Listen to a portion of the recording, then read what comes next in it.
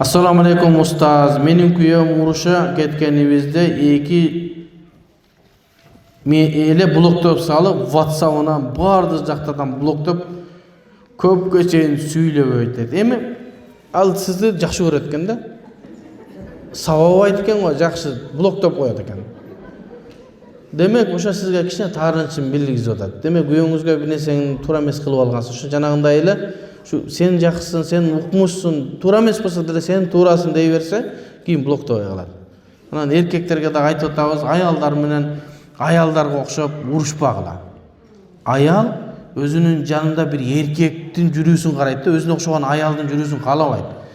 Аялы менен ажылашып уруша берсе, ал өзүнүн жанында дагы бир аял жүргөндөй болуп калат да. Ошого эркек кишини олуттуураак болуп, жогорураак болуп, анча-мынча нерсеге көңүл урбай турса, жакшы болот. Анан сиз дагы анын мээсин жеп ар бир нерсеге кирише берсеңиз, анан блоктоп салышы мүмкүн. Ошондой блоктобосун, Көп таарынат дейт. Жакшы экен. Азыр бизде аялдар таарынат, бул эркек таарынат экен.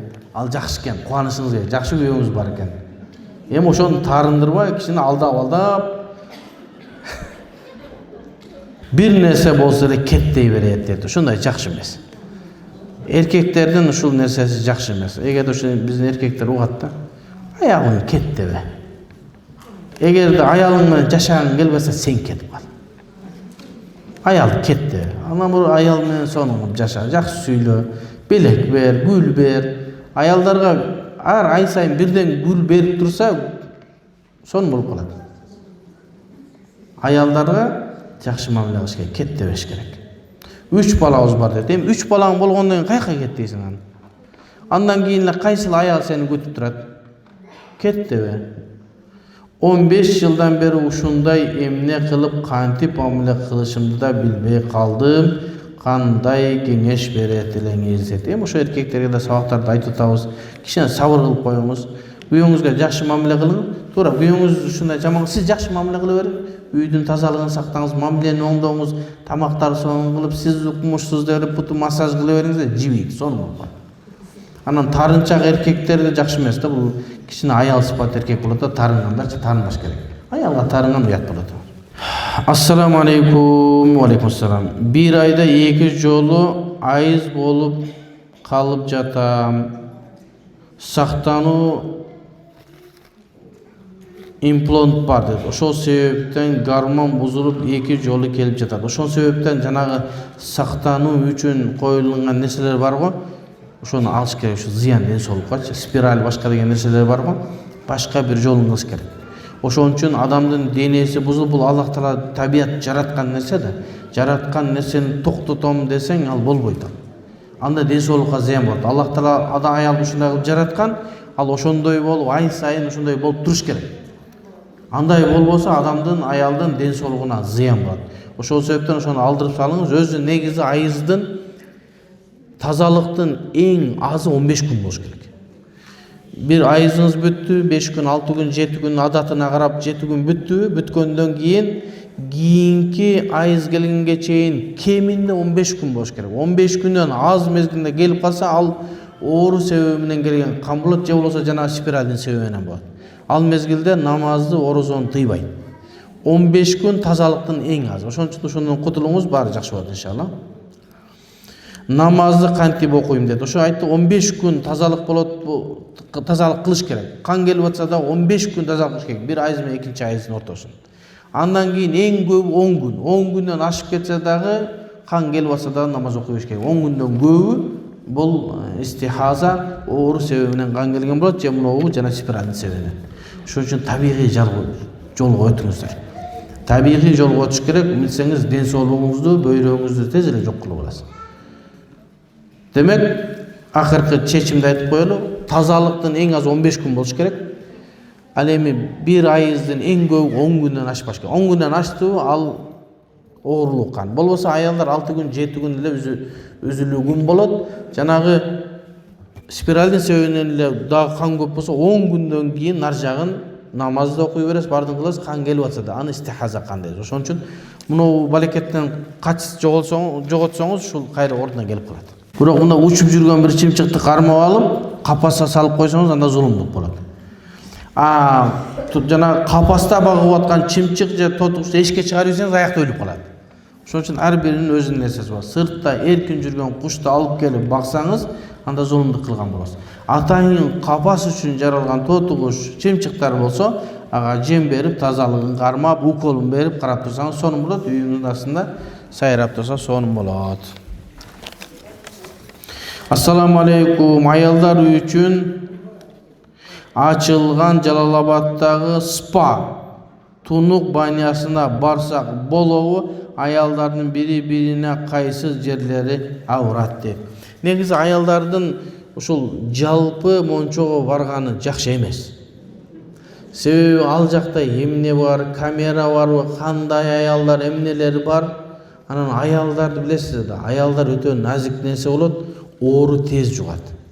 Кандай аял ал жерге кирип атат, ал түшкөн бассейнге кандай аял түшүп атат, сизди массаж кылган аял кандай, Кудай билет. Ошон үчүн эгерде спа ушундай мончого барыла турган болсо, атайын мончолор бар.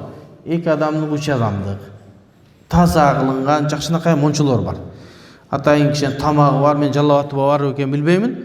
Бишкекте ошондой нерсе бар. Кичинекей мончолор бар. 4 адам, 5 адамдык. Үй бүлө менен барсаң да болот. Бир 2-3 эже сиңди карындаштар болуп барса болот. Ошол жерлер жакшы тазаланган, суу хлорлонгон, дайын сиздерден башка эч ким түшпөйт, бейтааныш адам түшпөйт. Ошолорго барып, ошондой жерде эс алсаңыз макул. Анан жалпы мончодон сактаныңыз. Жакшы эмес. Аялдарга кийин өкүнүп каласыз. Аялдардын авраты махрамдардын жанында аялдар кандай кийинсе, аялдар менен аялдар да ошондой кийиниш керек. Аялдар өзүнүн махрам агаларынын, инилеринин, атасынын, тайкелеринин жанында кандай кийиниш керек десе, көкүрөгү, аркасы жабык болуш керек. Анан тизеден ылдый болуш керек. Колдору, чачы, мойну ачык болсо махрамдардын астында боло берет. Эми аялдар менен аялдар да ошондой болуш керек. Себеби эмне себептен аялдардын астында биз да бүт авратыбызды чечип албайбыз аялдар десе, алардын арасында жакшы аялдар бар, жаман аялдар бар. Сиздин дене мүчөңүздү башка бирөөгө сыпаттап бериши мүмкүн.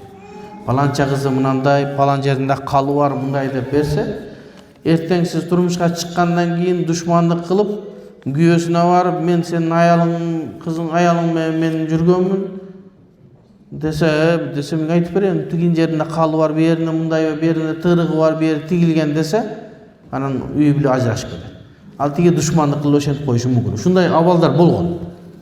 Ошон үчүн чоочун аялдардын арасында дагы махрамдардын арасында кийинүү кандай болсо ошондой кийиниш керек. Башкача айтканда, мына кол ачык болсо макул, баш, мойын ачык болсо болду, көкүрөк, арка жабык, тизеден ылдый болушу керек.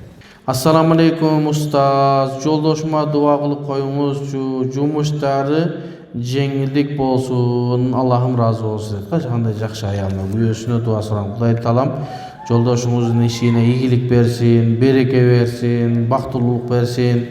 Кылып аткан иштерине Кудай таалам жеңилдик берип, байып, сизди жакшы карап, бактылуу жашаңыздар. Салам алейкум устаз. Акырет дүйнөдө эже сиңдилер жолугушабы ага инилер дейт. Ал бул дүйнөдө кылган амалыбызга жараша.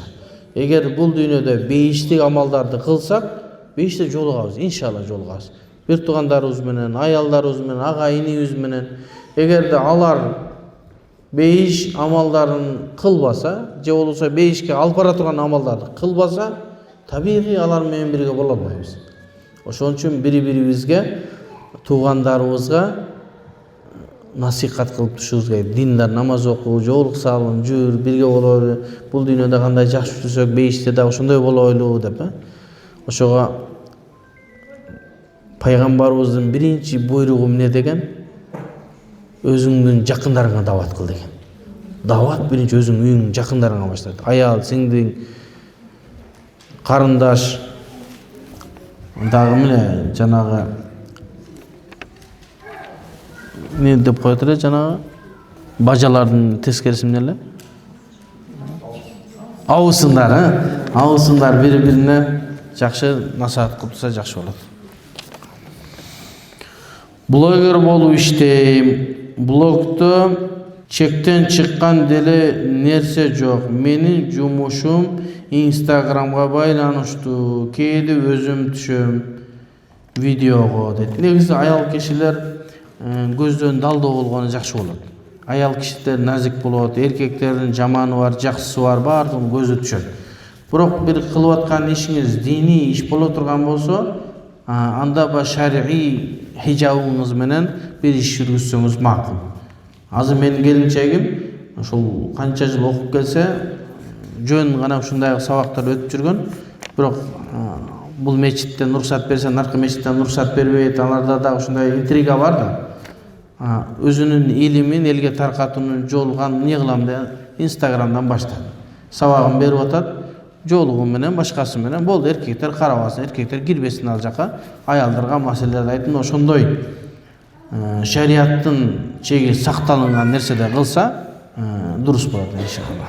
Turmuşqa çıqqanıma 4 yıl boldu. Joldoşum 3 yıldan beri çet jakta işti. Dağı 2 yıldan keyin kele. Joldoşum kelgençe bölünüp jaşayım desem uyat emespi azı. Kayın jurt menen jaşayım üyüme üylüne turgan kaynim bar dedi. Çok şunday tura emes. Bir jaka getsen ошол эркек аялын коша алып кет. Антип 3 жыл 4 жылга таштап, аялыңды тиги ата-энеңди бага турган сулжанка кылып таштаба. Өзүң болсоң, экөөң чогуу ата-энеңди кара. Болбосо өзүң менен алып кет. Аял киши күйөөсү жок бир жерде мындай 3 жыл 4 жыл жашаган жакшы эмес. Ошого мен окуганы кетип атканда өзүм менен коша алып кеттим. Ошол 25 жыл окудук, ошо чогуу окуп кайра келдик. Bir çak varsan alıp gel. Trak aydasan arkasına oturuz al. Nol жерде мындай жата турган жер бар го? Ошака отур. Аялыңды эч жака таштаба. Бирөө корголба, өзүң да корголба. 5 жыл деген нерсе кандай, эмне деген суроо? 3 жыл деген эмне деген суроо? 3 жылда азыр күйөөң менен мындай крес өтпесең тааныбай каласың го? Сен магазинге кетсең күйөөң иштен келет болсо мынтип өтүп кете бересиң. 3 жылда эмне деген жашоо? 3 жыл күйөөсү менен чогуу жашоо. Эми көбүнчө мына Европага кеткендер, Америкага кеткендер ушундай көйгөй болуп калат экен. Кой, ошол жактын алыскынын буудайынан жакынкынын саманы дейт. Кой, ошол жактан $10.000 тапкандан көрө, ошо Кыргызстанда $1.000 таап, ошо бир кара нанды экөөң бөлүп жеген жакшы ошо. Өмүр кыска. Пайгамбар саллаллаху алейхи вассалам не деди? Менин үммөтүм 60-70-тин ортосу деди. 25-ыңда зорго үйлөнгөн болсоң, 5 жылың кетсе 30га кеттиң. Да 30 жылдык өмүрүң калды. 30 жылдың жарым uyku менен келсе 15 жылдык. 1 жылын туалетке чыгарып, 10 жыл. 2 жылың сапарга аяк-бияк тамак самагыңа чыгып, 7 жыл, 8 жыл нормально жашоон калды. Ошого үй бүлөнү бузулуусунун себеби эркектер үй бүлөсүн таштап кетти. Кайка кылсаңар алып кеткиле, же болбосо ушул жерде карагыла. Анан тиги сыртка чыгып жашасамбы деп. Эми ал жерде дагы кысылып кетти да, өзүнүн да жашоосу бар. Аны күйөөңүз менен кеңешиңиз. Мен сен чык же чыкпа деп айта албайм. Күйөөңүз менен кеңешип чечишиңиз. Мен өзүмчө жашап турайын. Анда апамыкына барып жашап турайын, же агаларым менен жашайын, же сиңдим менен жашайын, өзүм ишими кылайын деп 3 жылдан бери жок болсоң деп күйөөңүз менен өзүңүз кеңешиңиз. Assalamu alaikum ustaz. Bizdin iman nuru medresebizge dua kılıp koyuңuzчу, суранабыз, Аллахым разы болсун. Иман нуру медресе каякта? Машалла. Иман нуру медресеси Кудай Таалам ийгилик берсин, ушул жерден аалымдар, Куран жаттаган, хафиздар чыккан болсун.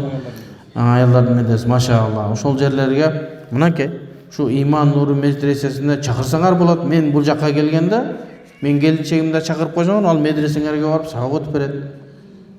Мунунду азыр мен силерге айтып отурбай, аял сабак берет. Менен эле тең илим аны делечи. Жакшы болот ошон. Иншалла Кудай Таалам медресеңерге береке берсин, ошол жерден аалымдар, хафиздар чыксын.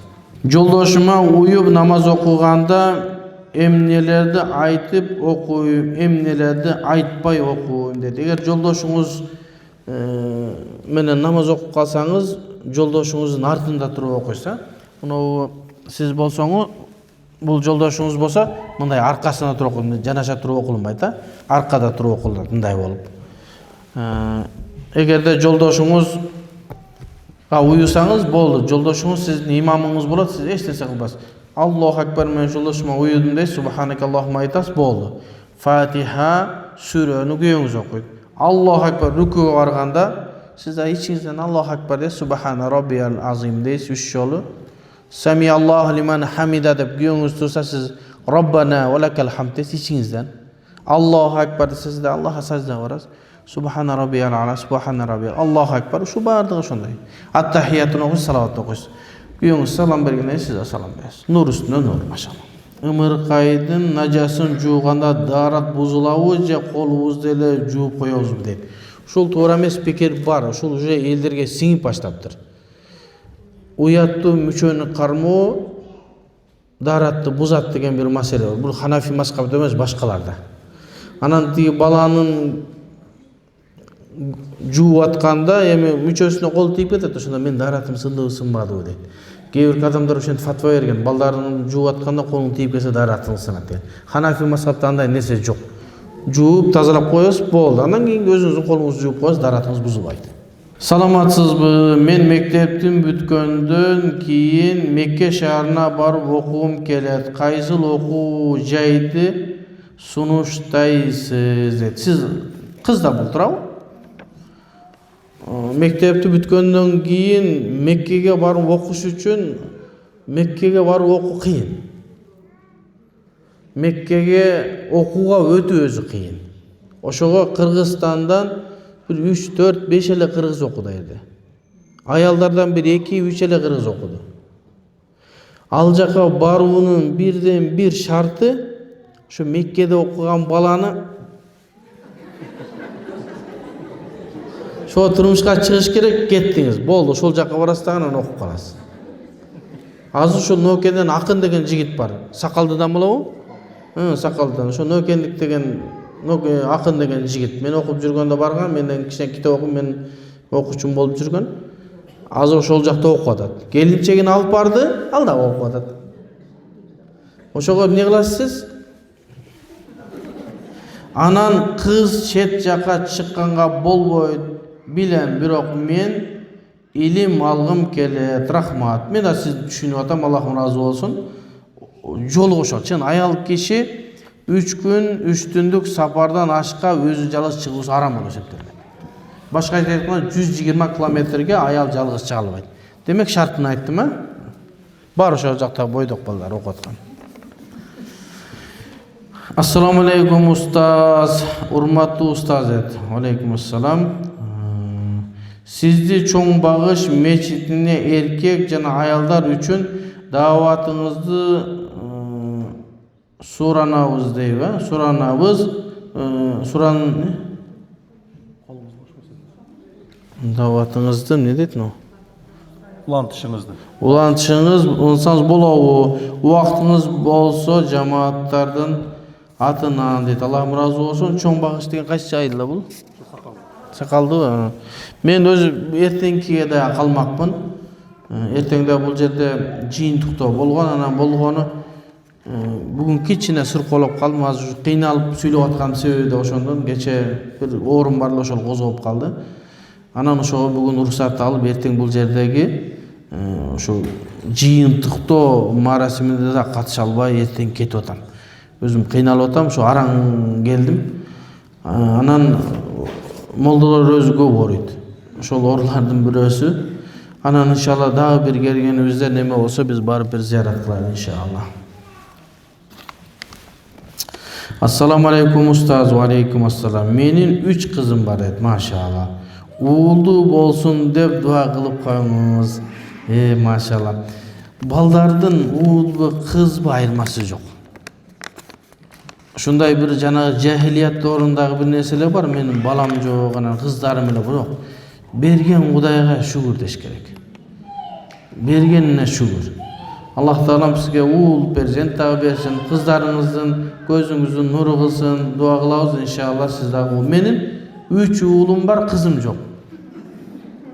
Анан Кудай насип этип 10 жылдан кийин кыздуу болдум, 6 ай болду. Шүгүр. Allah Taaladan dua kılabız inşallah. Şaşılıp atıp aç kim kalıp ketiptir, oşoğa načar yazıp jatam deydi. Allah razı olsun. Şoğa men de kıynalып atam da okuy albayм. Men de aç kim yok. Kara kiygen bolboyt dediniz go. Meçit menin joldoşum ötüp ketken 7-8 yıldan beri kara kiyim giyip turмун, başka түскө өтпөп turмун de. Жоқ. Kırgızda kara giydi deydi, бирок салтыбызда көк кийилет. Туура айттым мı? Ошол көк кийгенди дагы биздин салтыбызда 1 жыл кийишет. Бул туура эмес шариятта. Салтыбызда бар болушу мүмкүн, бирок биз шарият менен жашайбыз. Эгерде салтыбыз шариятка каршы келсе, анда биз шарият тандайбыз. Салт шарияттын аркасында болуш керек. Бул салтта жакшылык жок, адамга болгон зулумдук бар. Кандай? 1 жылга чейин той ашка бара албайсыз. 1 жылга чейин бир жерде жакшы отура албайсыз. Паланчанын көгү бар экен, ушул жерде жүрдү, тиги тойдо жүрөт, көгү менен тойдо жүрөт деген ушак сөздөр бар. Ошол аялга болгон зулумдук болот. Шариятыбызда күйөөсү өлсө 4 ай 10 күн гана аза күтөт. Анан биздин чөлкөмдөрдө аза күтүүнү көк көйнөк менен белгилептир.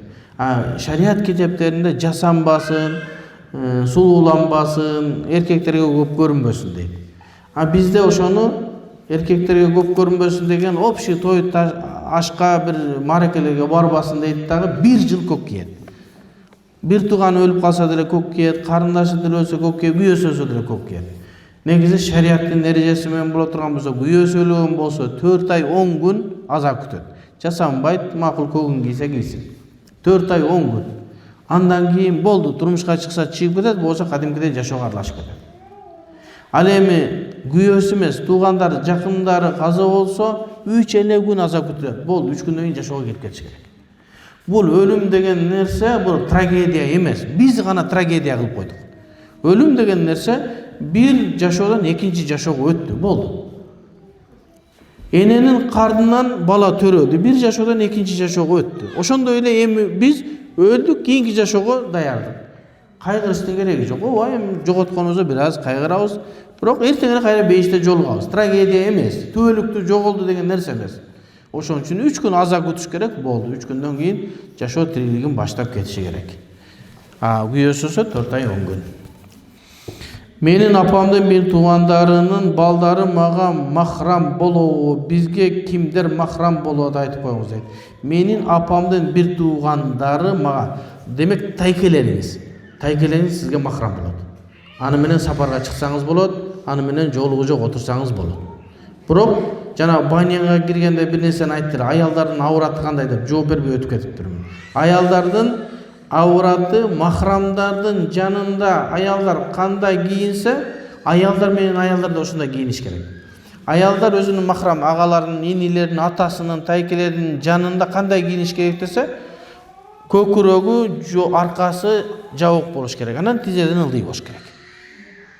Колдору, чачы, мойну ачык болсо махрамдардын астында боло берет.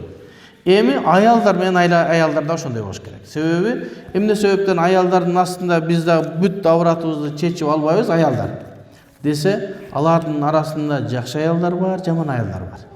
Сиздин дене мүчөңүздү башка бирөөгө сыпаттап бериши мүмкүн.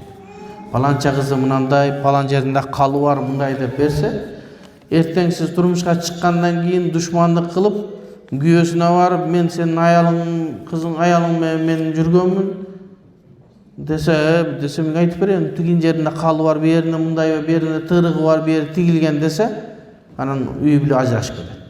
Ал тиги душмандык кылып ошентип коюшу мүмкүн. Ушундай абалдар болгон.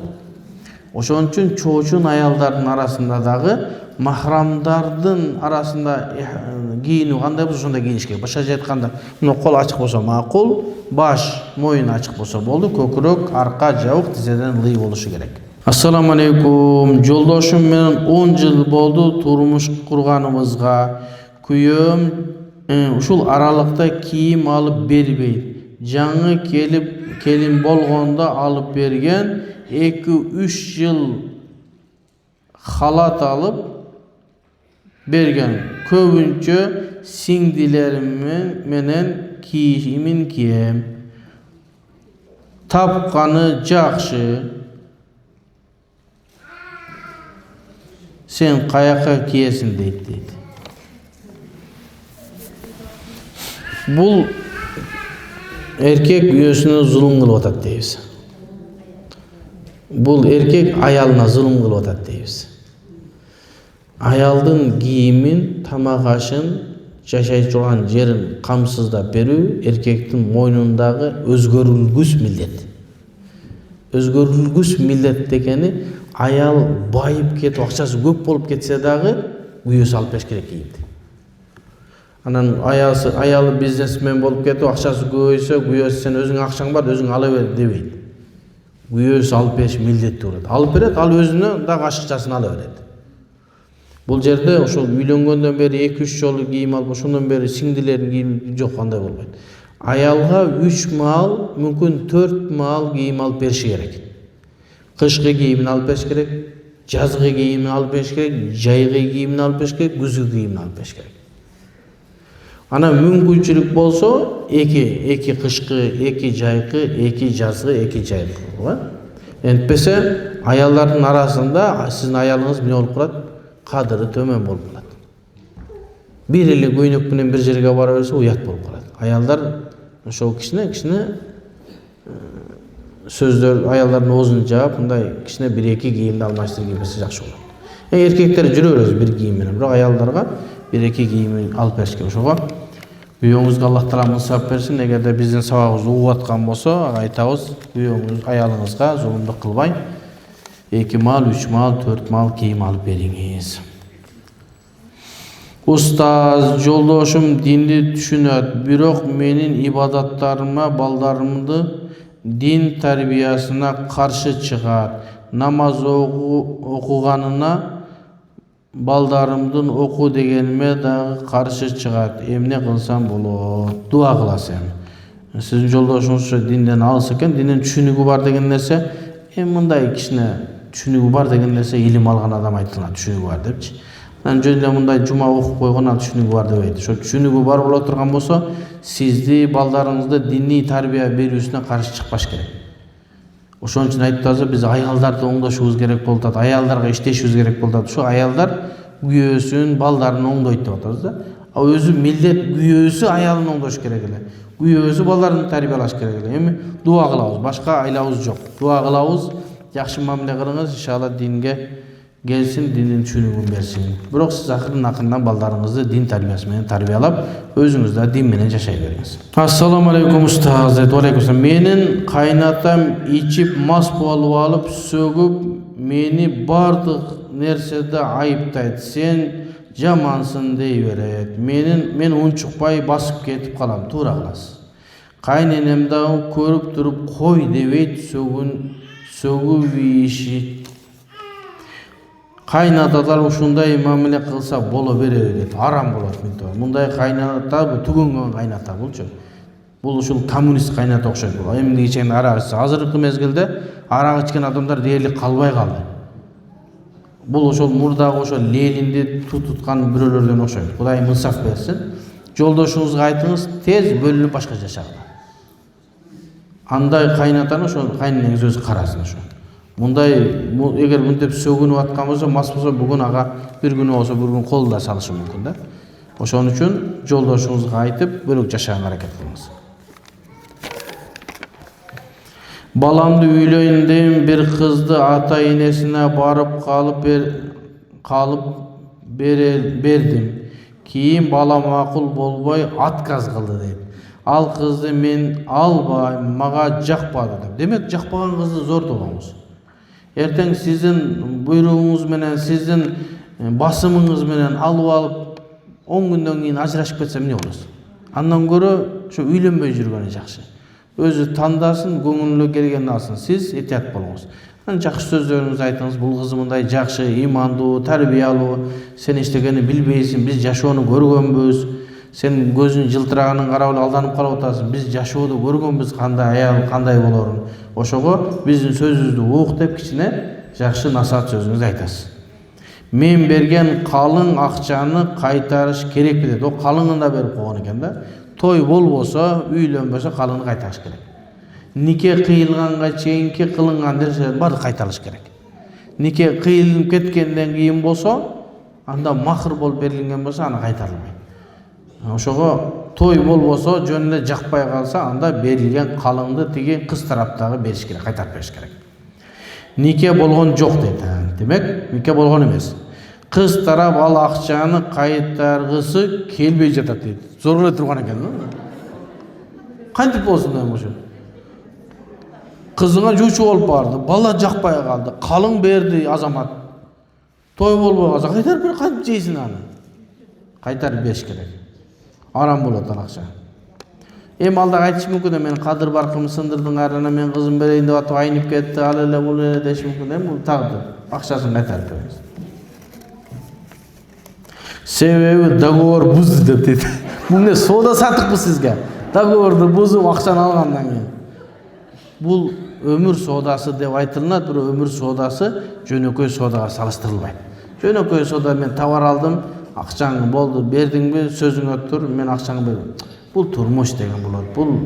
Бул нерседе соодага алма договор деп аны неме кылбаш керек. Мен ал акчаны садака кылган жокмун дейт. Чында садака кылган жок. Болбосо алып туруп башка бирөөгө сатып ийиң анда. Кызын алып туруп.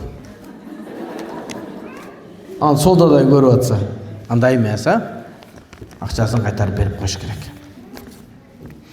Ассаламу алейкум устаз. Келин алайын деди келе. Кыз 5 жыл медреседе окуган экен. Балам медреседе окуган эмес, бирок динден кабар бар. Динден кабар бар деген көп колдонот экенсиңер, немелер, нокенттер. Динден кабар бар деген термин кандай силерде? Намаз окуп жүрөт деген. Эми кичине намаз окуп жүрөт деген эме? Балаңыз дагы кичине илим алып койсо жакшы болот. Себеби аялдын астында эркек кичине үстөмдүүрөөк болуп туруш керек. Жашынан үстөмдүү болуп туруш керек. Акчасы көбүрөөк болуп үстөмдүү болуп туруш керек, анан илими жагынан үстөмдүүлүк болуп туруш керек. Болбосо аялдын астында эркек тебеленип калат. Демек бул куф болбой калат, бир тең болбой калат. Ошон үчүн ошого кичине балаңызда кичине окуп курстарга барып, кичине университетте тапшырып алсын, үйлөнүп турупчу. Кичине ошо менен тең эле алса жакшы болот. Кийин анан намазың бузулду деп аял айтып турса жакшы болбой калат, Бирок динден кабар 3 күн 40 күндүк даватка чыккан дейт. Эми 3 күн 40 күнгө дават чыккан болсо кичине динден кабары бар экен. Бирок эми о 5 жылдык илим алган, андан жогору турат. Ошон үчүн балаңызга кичине илим тарбиясын берип коюңуз, барып окусун, кичине барып. 4 жыл окуйт азырчы, либой жогорку билимге 4 жыл окуйт. Экөөнү үйлөп туруп бар, исламский университетке окуула, же болбосо бир исламий институттарга барып окуула деп жөнөтүйсеңиз жакшы болот, Ошол кызды келин кылсам болот иншалла. Балама туура келет иншалла. Билим алып жаткам. Мээрим окуу жайына. Мээрим окуу жайы барбы? Окуу жайына. Ушул масы айындагы окуу жайыбызга дуа кылып коюңуз. Медреседеги устаза, жамаатка чоң ыраазычылык каалаймын. Алдын ала рахмат эт. Кудай таала ушул мээрим окуу жайына жана медресе масы элине дээрлик бардык жакшы инсандар Кудайдын өзү берекесин берсин, иманыңыздарды чың кылсын, эки күнөн бактылуулугун берсин, сиздерден аалымдар чыксын, каарылар чыксын, келип ошолор сиздерге сабак берсин. Ассаламу алейкум. Менин балам жин кирип кеткен деп ооруйт. Кандай насаат айтасыз дейт. Şu jin girip ketти деген нерсе акыркы мезгилде кыйын мода болуп кетти. Ошону жин тийди деп айтсак туура болот. Жин кирди деп эмесчи. Кыргыздар деле айтат го, сага жин тийдиби дейт го. Ошо жин тийип кетет. Ошо кичине таза эмес жүрүп калса, же болбосо намаз жакшы болбой калса, же катуу сүйлөп ийсе, ушундай болуп кичине. Ал жиндер деле бизге окшогон эле махлуктар да биздин арабызда көрүнбөйт бизге. Аллах Таала ошондой кылган, бизге алар бизди көрөт, биз аларды көрбөйбүз. Алар деле намаз окуйт, орозо тутканы бар, арак ичкени бар, камилиси бар, бардыгы бар алардын деле. Жакшысы бар, таквасы бар, жолукчаны жогу бар. Анан ошолордун хулигандары кичине адамдарга тийишет. Таза жүрбөгөндүктөн. Ошого дем салдырыш керек. Каарыларга, атайын хадистерге барып дем салса, иншалла жакшы болуп кетет. Аллахым шифасын берсин. Erkek kişinin kaysi karakterine karab turmuşka çıkış gerek dedi kız. Erkektin karakterine karaganda şu ak көңүл erkek bolsa, anan dindar bolsa turmuşka çıkış gerek. Janagындай kara mürtöz nemelerden etiyat boş gerek. Şu ak көңүл bolsa, bereşen bolsa, anan dini var bolsa, tavakkal turmuşka çıkış gerek. Allah Taala surap. Ayal kişiге eng жақсы maslahatыңыз qaysi? Ayal kişiге eng жақсы maslahatim şu жолугун салынып, imanды болуp, жана иффа, тазалыкты кармай берсин, бактылуу болушат. Эң жаман нерсе эмне дейт. Эң чоң күнөө бул ошо зина, эң жаман күнөө аялдарга мына абийдин кетире турган, уят кыла турган нерсе. Анан эң жаман нерсе бул намазсыздык. Намазсыздыктан кайтыш керек. Gıybat kılbaş üçün emne kılsa болады. Жана айттык, зикир çalış керек. Зикир çalın, көп зикир кылса, зикир жүрөктү оңдой, жүрөктөгү ооруларды оңдойт. Gıybat кылуу, жалган сүйлөө бул жүрөктүн оорулары. Кадимкидей оору, грипке окшогон оору. Анын антигриппimiz зикир, Куран. Ошо Куранды окуп турса, жакшы болуп кетет. Аллах Таалам баарыңыздан ыраазы болсун. Ассаламу алейкум ва рахматуллахи ва баракатух. Allah Taala razı olsun. Şu vaxtınızda bölüp gelip savak okup bergenizlere, şu sizler gelgen üçün bir savak ayta. Sizler çok uzun az bizge eşimge savak ayta albayız. Vaxtınızda bölüp gelgenizlere rahmat, sizlerden joldoşuңарга, kүйөөңөргө, aga, ini barına rahmat. Sizlerdi uşul jaka jiberip sizlerden savak okuganga jüregine. Atыңыздарга dua kılaylı. Bismillahirrahmanirrahim. Elhamdülillah. Vessalatu vesselamu ala Rasulillah. Allah Taala ушул жерге сабакка катышкан мусулман эже карындаш апа эжелерибизге Allah Taala өмүрүңүздөргө береке берсин, ден соолуңуздарды чың кылсын, ыйманыңыздарды бекем кылсын, кыргыз элине ыймандуу каары аалымдар тарбиялаш силерге насип этсин, үйүңүздөрдөн береке кетпесин, жамандык көрбөгүлө, дайыма жүзүңөр жарык, ыйманыңар бекем болсун. Ушул жерде жүргөн бардык аялдардын Кудайым жүрөгүнө кандай жакшы ниеттер болсо Аллахым кабыл кылсын. Аллах Таалам эки дүйнөнүн бактылуулугун берсин. Рахмат, Алла разы болсун.